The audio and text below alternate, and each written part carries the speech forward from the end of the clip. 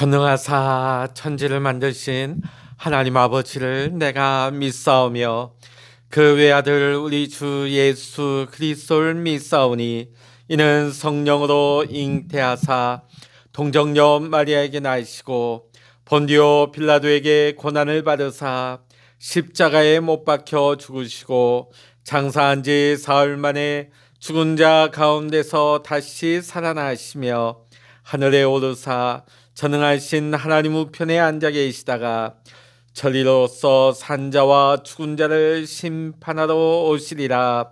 성령을 믿사오며 거룩한 공예와 성도가 서로 교통하는 것과 죄를 사하여 주시는 것과 몸이 다시 사는 것과 영원히 사는 것을 믿사옵나이다. 아멘. 찬송가 161장입니다. 찬송 161장입니다. 할렐루야 우리 예수 부활승 전하셨네. 세상 사람 찬양하니 천사와 답하도다. 구주 예수 부활하사 사망 권세 이겼네. 구주 예수 부활하사 사망 권세 이겼네. 할렐루야 우리 예수 왕의 왕이 되시고 우리들의 중보 되심 성령 증거하시네. 구주 예수 부활하사 처음 열매 되셨네. 구주 예수 부활하사 처음 열매 되셨네. 할렐루야 우리 예수 흥과 티가 없도다. 무덤 속에 있는 죄인 주가 일으키시네. 구주 예수 부활하사 영광 주러 오시네. 구주 예수 부활하사 영광 주러 오시네. 아멘.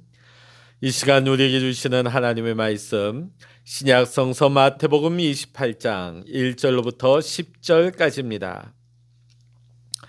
신약 성서 50이면 마태복음 28장 1절로부터 10절까지의 말씀 같이 읽겠습니다. 안식일이 다 지나고 안식 후 첫날이 되려는 새벽에 막달라 마리아와 다른 마리아가 무덤을 보려고 갔더니 큰 지진이 나며 주의 천사가 하늘로부터 내려와 돌을 굴려내고 그 위에 앉았는데 그 형상이 번개 같고 그 옷은 눈같이 희건을 지키던 자들이 그를 무서워하여 떨며 죽은 사람과 같이 되었더라. 천사가 여자들에게 말하여 이르되 너희는 무서워하지 말라. 십자가에 못 박히신 예수를 너희가 찾는 줄을 내가 아노라. 그가 여기 계시지 않고 그가 말씀하시던 대로 살아나셨느니라. 와서 그가 누우셨던 것을 보라. 또 빨리 가서 그의 제자들에게 이르되 그가 죽은 자 가운데서 살아나셨고 너희보다 먼저 갈릴리로 가시나니 거기서 너희가 배우리라 하라. 보라 내가 너희에게 일렀느리라 하거늘 그 여자들이 무서움과 큰 기쁨으로 빨리 무덤을 떠나 제자들에게 알리려고 다름질할세 예수께서 그들을 만나 이르시되 평안하냐 하시거늘 여자들이 나아가 그 발을 붙잡고 경배하니 이에 예수께서 이르시되 무서워하지 말라. 가서 내 형제들에게 갈릴리로 가라 하라. 거기서 나를 보리라 하시니라. 아멘. 할렐루야. 오늘도 이 아침 함께 기도하시는 우리 사랑하는 모든 믿음의 성도 여러분과 여러분의 가정과 여러분의 생업의 현장 위에 오늘도 하나님의 크신 은혜와 평강의 축복이 이 시간 여러분 모두와 함께 하시기를 주의 이름으로 간절히 축원합니다. 오늘 본문의 말씀은 예수 그리스도께서 부활하신 부활에 대해서 증거하고 있습니다. 이 부활절이야말로 예수님을 믿는 우리 성도들에게 최고의 기쁨이요 최고의 소망의 날이 되는 것입니다. 비록 오늘이 부활절은 아니지만은 오늘 이 아침 함께 말씀 보며 기도하는 우리 성도님들에게 우리 구주 예수 그리스도의 부활의 기쁨과 축복이 충만하시기를 간절히 소망합니다. 오늘 본문의 6절의 말씀 보면 그의 말씀하시던 대로 살아나셨느니라. 예수님께서는 말씀하시던 대로 무덤에서 부활하셨습니다. 예수님 부활의 첫 목격자인 막달라 마리아와 또 다른 마리아가 안식 후 첫날, 그러니까 주일 아침에 무덤에 찾아갔다가 큰 지진이 나고 무덤을 막았던 돌문이 굴려지고 그 돌문 위에 예고 없이 나타난 천사가 그 돌 위에 앉아 있는 것을 보았습니다. 총독 빌라도가 예수님의 무덤에 그 누구도 접근할 수 없도록 무덤을 봉인했고 그곳을 로마 병사들을 두어 파수하도록 했습니다. 세계 최강의 군대인 로마 군인들이 그곳을 봉인하고 철두철미하게 그곳을 지켰지만 예수님은 무덤을 깨트리시고 부활하셨습니다. 부활하신 예수님 앞에서는 유한한 인간의 어떤 노력이나 힘과 권모, 술수도 아무런 힘을 발휘할 수가 없었던 것입니다. 예수님이 부활하심으로 말미암아 그 무덤은 빈 무덤이 되고 말았습니다. 빈 무덤이야말로 기독교가 부활의 종교라고 하는 것을 증거하는 것입니다. 기독교는 죽음의 종교가 아니라 절망의 종교가 아니라 생명의 종교요 부활의 종교인 것입니다. 누구든지 부활하신 예수 그리스도를 믿고 영접하면 그 역시 새 생명을 얻고 부활할 수 있는 부활의 종교가 되는 것입니다. 무슬림 회교도들은 자신들의 교주인 마호멧의 무덤을 자랑합니다. 중국의 공자 또 석가 그들 역시 모두가 무덤이 존재합니다. 그러나 예수님의 무덤은 존재하지 않습니다. 왜냐하면 무덤에 계셨던 예수님이 3일 만에 다시금 살아나셨기 때문입니다. 본문 10절의 말씀 보면 부활하신 예수님이 나타나시어 친히 말씀을 하십니다. 가서 내 형제들에게 갈릴리로 가라 하라. 거기서 나를 보리라 하시니라. 부활하신 예수님은 먼저 갈릴리로 가셨습니다. 그리고 제자들도 이어 갈릴리로 달려갔습니다. 거기서 예수님과 제자들이 만나게 되는 것입니다. 자, 그러면 왜 예수님께서 부활 후에 맨 먼저 갈릴리로 가셨을까요? 갈릴리는 예루살렘과 달리 그곳에 왕궁도 없고 성전도 없는데 말이죠. 근데 예수님은 왜 그곳에서 그 갈릴리에서 제자들을 만나고자 하셨을까요? 갈릴리는 예수님과 제자들이 전도했던 무대이기도 합니다. 예수님의 고향도 갈릴리 나사렛이십니다. 제자들 역시 태반이 갈릴리 태생이고 그곳에서 예수님을 만나 제자로 부르심을 받았던 것이 갈릴리입니다. 그래서 예수님께서는 구속 사역을 다 이루시고 부활하신 예수님으로 제자들에게 큰 사명을 맡기시기 위해서 다시금 갈릴리에서 만나자고 부르신 것입니다. 자, 그러면 주님께서 이 갈릴리에서 제자들에게 큰 사명을 맡기고자 한 그 사명은 무엇일까요? 19절부터 20절까지의 말씀 보면 그것은 예수님의 지상명령입니다. 예수님의 지상 명령은 복음 전파의 사명입니다. 그렇습니다. 예수님은 2000년 전 예수님의 12제자에게 뿐만 아니라 오늘 이 시간 우리 모두에게, 예수를 믿는 우리 모두에게 주신 주님의 지상 명령이요, 주님의 분부가 있습니다. 그게 무엇입니까? 부활하신 예수님을 전파하라는 것입니다. 땅끝까지 이르러 부활하신 예수님의 증인이 되라고 하는 예수님의 당부이십니다. 그런데 갈릴리 제자들은 어떠했습니까? 예수를 배웠고 경배하나 아직도 의심하는 사람들이 있더라. 자, 이것이 문제입니다. 이것은 그 당시 제자들만의 문제가 아니라 오늘 우리의 문제이기도 합니다. 갈릴리에 모여있는 그 제자들은 부활하신 예수님을 벌써 만난 사람들도 있습니다. 예수님을 갈릴리에서 처음 뵙는 것이 아니에요. 그런데도 그 중에 의심하는 자가 있다고 증거하고 있습니다. 물론 그 의심한 사람이 누구인지에 대해서 말씀은 구체적으로 밝히진 않고 있습니다. 자, 그런데 오늘 이 시대를 살아가는 우리의 삶 속에서도 우리는 부활하신 주님을 잊어버리고 심지어는 순간순간 우리의 삶 속에서 예수님을 의심하며 살아갈 때가 있습니다. 성도 여러분, 우리는 결코 주님의 부활을 의심해서는 안 됩니다. 우리가 예수님의 부활을 의심한다면 우리는 아무 일도 할 수가 없습니다.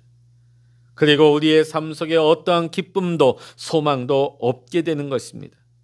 그러므로 우리 모든 믿음의 성도님들은 부활의 확신을 가지고 살아야 될 줄로 믿습니다. 부활의 소식을 맨 먼저 접한 여인들이 무덤을 빨리 떠나서 제자들에게 알리려고 다름질을 칩니다. 예수님을 만났는데, 부활의 예수님을 만났는데 어떻게 침묵할 수 있겠습니까? 이 놀라운 소식, 이 좋은 소식을 어떻게 가만히 전하지 않을 수가 있겠습니까? 좋은 소식은 빨리 알려야 되는 것입니다. 부활하신 주님이 누구에게 제일 먼저 나타나 보이셨습니까? 막달라 마리아와 여인들이었습니다. 왜 이 여인들에게 예수님이 맨 먼저 나타나 보이셨을까요? 그것은 예수님의 무덤을 제일 먼저 찾아간, 새벽에 달려간 사람들이 바로 이 여인들이기 때문입니다. 다른 제자들은 다락방에 무서워 숨어들었지만 예수님을 사모한 여인들은 그 어두운 새벽 미명에 일찍 무덤을 향해 올라간 것입니다. 이 여인들이 열정적으로 주님을 사랑하며 사모함으로 열심히 찾았기 때문에 부활의 주님을 맨 먼저 만나는 영광을 누릴 수 있었던 것입니다. 오늘 사랑하는 성도 여러분, 오늘 우리가 부활하신 주님을 체험하고 주님과 동행하는 삶을, 신앙의 체험의 삶을 가지기 위해서 우리 역시 내가 주님을 사모하며 내가 열심으로 주님을 찾으며 내가 주께로 가까이 나아갈 때 주님께서는 자신을 나타내시고 우리에게 체험의 신앙을 허락하여 주시는 것입니다. 복음 전파에도 마찬가지입니다. 복음 전파에도 복음에 열정적인 사람이 필요합니다. 복음 전파에 열심이 있어야 하는 것입니다. 그래서 이 여인들을 통하여서, 열정적인 여인들을 통하여서, 열심히 있는 여인들을 통하여서 예수님의 이 첫 부활의 소식이 전해지기 시작한 것입니다. 주님을 사랑하고 주님을 열정적으로 찾는 여인들이 부활의 첫 증인이 된 것처럼 오늘 이 부활의 소식을 알리는 책임은 2000년 전 이 여성들뿐만 아니라 오늘 예수님을 나의 구주로 믿고 영접한 우리 모든 그리스도인들의 책임이요 특권인 것입니다. 우리가 언제 어디서나 부활하신 주님의 증인될 수 있어야 할 것입니다. 때를 얻거나 못 얻든지 간에 우리가 언제 어디서든지 간에 부활의 증인이 될 수 있는 복된 믿음의 삶, 증인의 삶을 살아가시기를 주의 이름으로 간절히 축원합니다. 20절 하반절을 보면 예수님의 굳건한 약속이 나오고 있습니다. 볼지어다 내가 세상 끝날까지 너희와 항상 함께 있으리라 하시니라. 아멘. 항상 우리와 함께 하시는 임마누엘의 하나님, 결코 우리 곁을 떠나지 아니하시는 주님에 대해서 약속을 하십니다.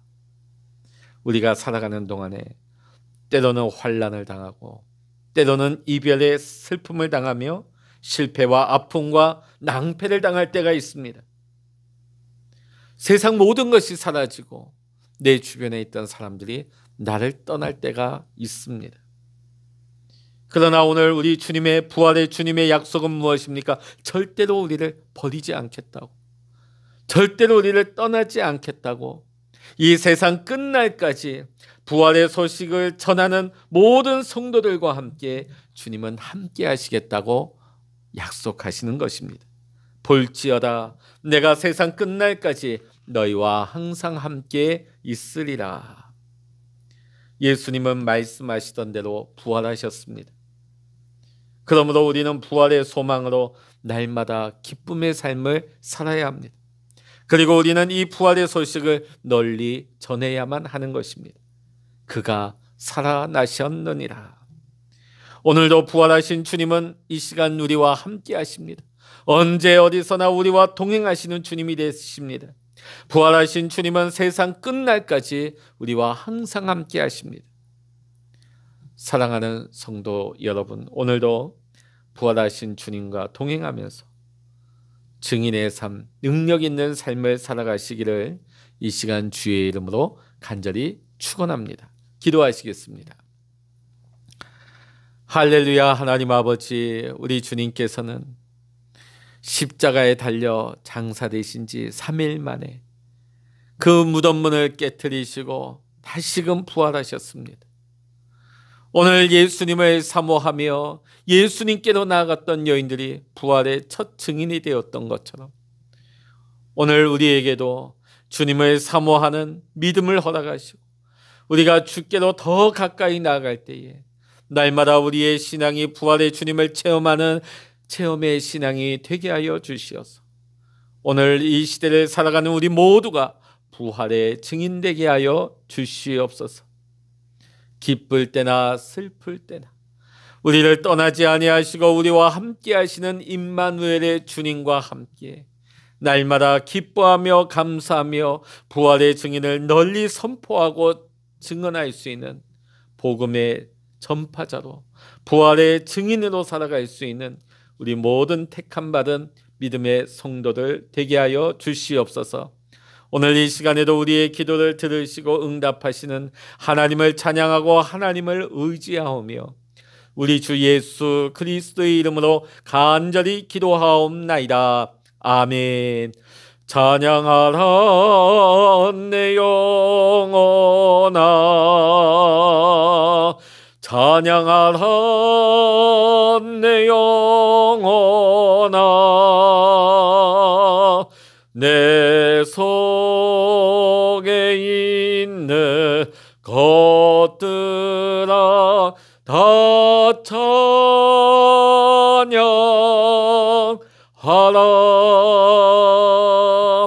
기도하라 내 영혼아, 기도하라 내 영혼아, 내 속에 있는 것들아 다 기도하라.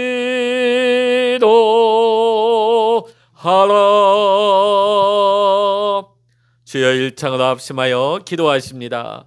주여